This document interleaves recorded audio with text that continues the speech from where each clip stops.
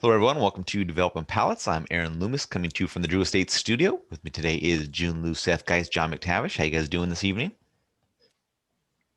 Doing well, man. Doing well. I not that our audience necessarily cares, but I had to reinstall Windows, all of my recording setup, all of my device setup, all of my drivers, while making dinner just in time for recap videos. So it's a bit of a scramble tonight. Yeah, it's all right.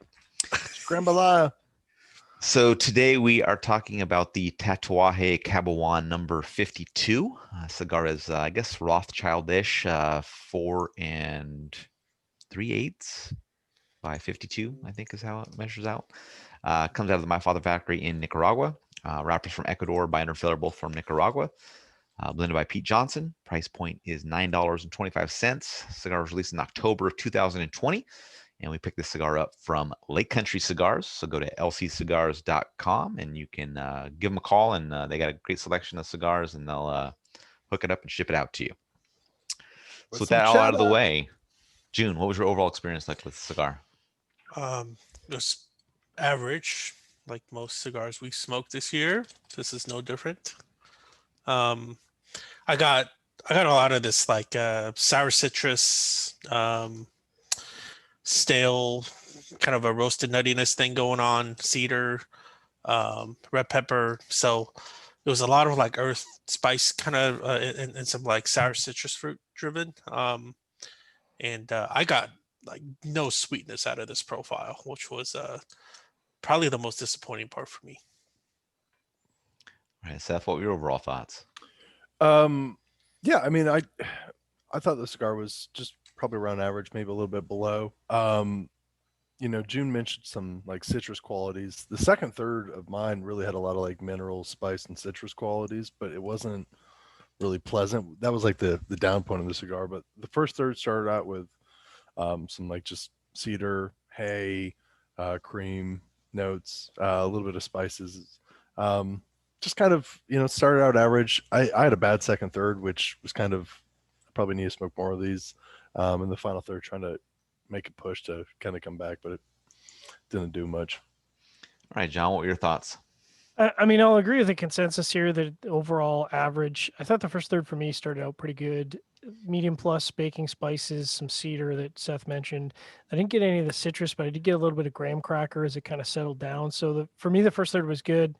The second third and the last third were pretty average, pretty paint by numbers, graham cracker, light cedar, and it was largely cedar driven. So it just kind of lacked a lot of complexity. Like it didn't really keep me engaged. And then in the last third, I got a little bit of mild bitterness in the middle of the profile, which is a bit of a distraction.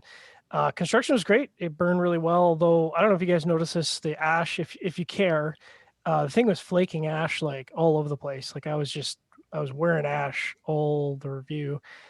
Draw was slightly resistant, but I would still rate it very good. So, that leaves me with an average experience overall. Aaron, what was your experience like? Yeah, I thought the cigar had a nice start. Had some aged cedar, mustiness, black pepper, a bit of a floral note. Unfortunately, some dry earth kind of joined in the second, third, and kind of built up throughout to drop the enjoyment level. It's fairly average the rest of the way. I think if that dry earth could be blended out of the cigar, it'd be a really good cigar. I might come back to it on occasion. I'd also be interested in trying the number 54 Vitola just to see if there's anything kind of different there. I think it's worth a try to come back to this line and kind of see what you think. It's these two new Vitolas from a long-standing line that I think I've enjoyed some of them in the past. So it's not I don't think too much of a departure, but it's I think it's still pretty interesting. All right, let's get into the scores. Start at the top with me at 6 even. John was next at 5.95. Jiunn gave it a 5.65, and Seth gave it a 5.10. So I'll say that my 6 even matched it up well. I mean, it was a slightly above average flavor profile, had really good construction. So that gets it right up to that 6 even mark. So John, how'd that 5.95 match up for you? I think you and I had a very similar experience. The difference for us, I think, was my draw was slightly on the resistance side, but in terms of flavor profile, like you said, it's just slightly above average. It's pleasant, nothing wrong with it. What was the price tag on these bad boys? $9.25. All right, well, moving on. All right, Jiunn's 5.65. Yeah, it's pretty much right to dab average.